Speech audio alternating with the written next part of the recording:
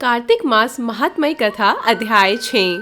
नारद जी बोले, जब 2 घड़ी रात बाकी रह जाए तब तुलसी की मृतिका, वस्त्र और कलश लेकर जलाशय पर जाएं। कार्तिक में जहाँ कहीं भी प्रत्येक जलाशय के जल में स्नान करना चाहिए। गर्म जल की अपेक्षा ठंडे जल से आपको 10 गुना पुण्य प्राप्त होता है। उससे 100 गुना पुण्य बाहरी कुएं के जल में स्नान करने से होता है। उससे अधिक पुण्य बावड़ी में और उससे भी अधिक पुण्य पोखर में स्नान करने से होता है। उससे 10 गुना झरनों में और उससे भी अधिक पुण्य कार्तिक में नदी में स्नान करने से मिलता है। उससे भी 10 गुना पुण्य वहाँ होता है जहाँ 2 नदियों का संगम हो, और यदि कहीं 3 नदियों का संगम हो तब तो पुण्य की कोई सीमा ही नहीं है। स्नान से पहले भगवान का ध्यान कर स्नानार्थ संकल्प करना चाहिए। फिर तीर्थ में उपस्थित देवताओं को अर्घ्य, आचमनीय आदि देना चाहिए। अर्घ्य मंत्र इस प्रकार है।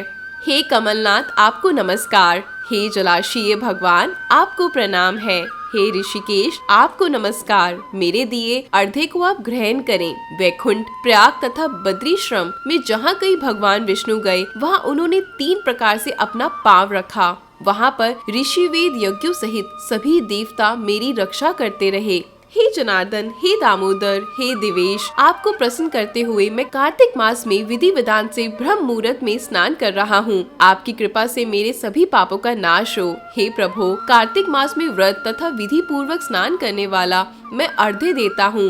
आप राधिका सहित ग्रहण करें। हे कृष्ण, हे बलशाली, राक्षसों का संहार करने वाले भगवान, हे पापों का नाश करने वाले, कार्तिक मास में प्रतिदिन दिए हुए मेरे इस अर्घ्य द्वारा कार्तिक स्नान का व्रत करने वाला फल मुझे प्राप्त हो।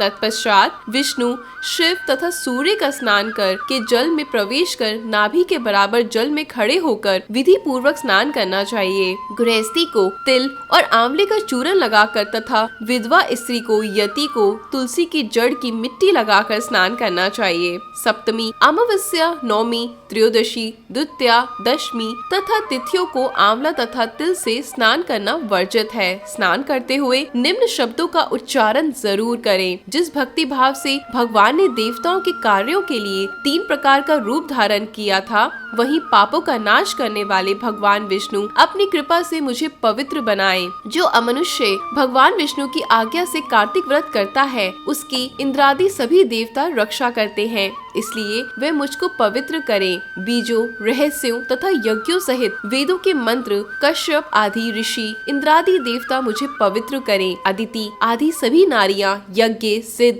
सर्प और समस्त औषधियों व तीनों लोकों के पहाड़ मुझे पवित्र करें। इस प्रकार कहकर स्नान करने के बाद मनुष्य को हाथ में पवित्री धारण करके देवता, ऋषि, मनुष्यों तथा पितरों का विधि पूर्वक तर्पण करना चाहिए। तर्पण करते समय तर्पण में जितने तिल रहते हैं उतने वर्ष प्रयत्न व्रती के पितृगण स्वर्ग में वास करते हैं। उसके बाद व्रती को जल से निकलकर शुद्ध वस्त्र धारण करने चाहिए।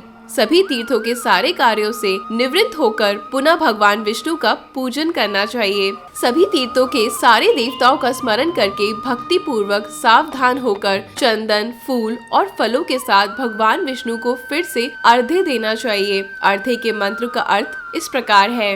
मैंने पवित्र कार्तिक मास में स्नान किया है।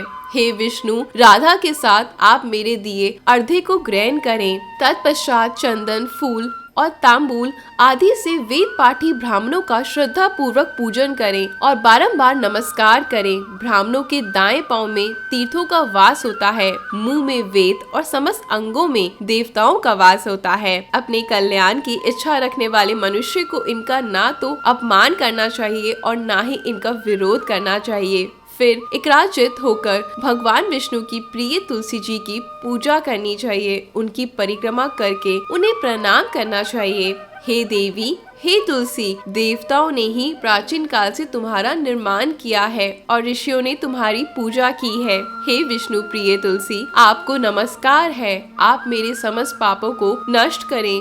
इस प्रकार जो मनुष्य भक्ति पूर्वक कार्तिक व्रत का अनुष्ठान करते हैं वे संसार के सुखों को भोग करते हुए अंत में मोक्ष को प्राप्त हो जाते हैं। तो दोस्तों, यहाँ पर हमारा खत्म होता है कार्तिक मास का महात्मय कथा अध्याय 6।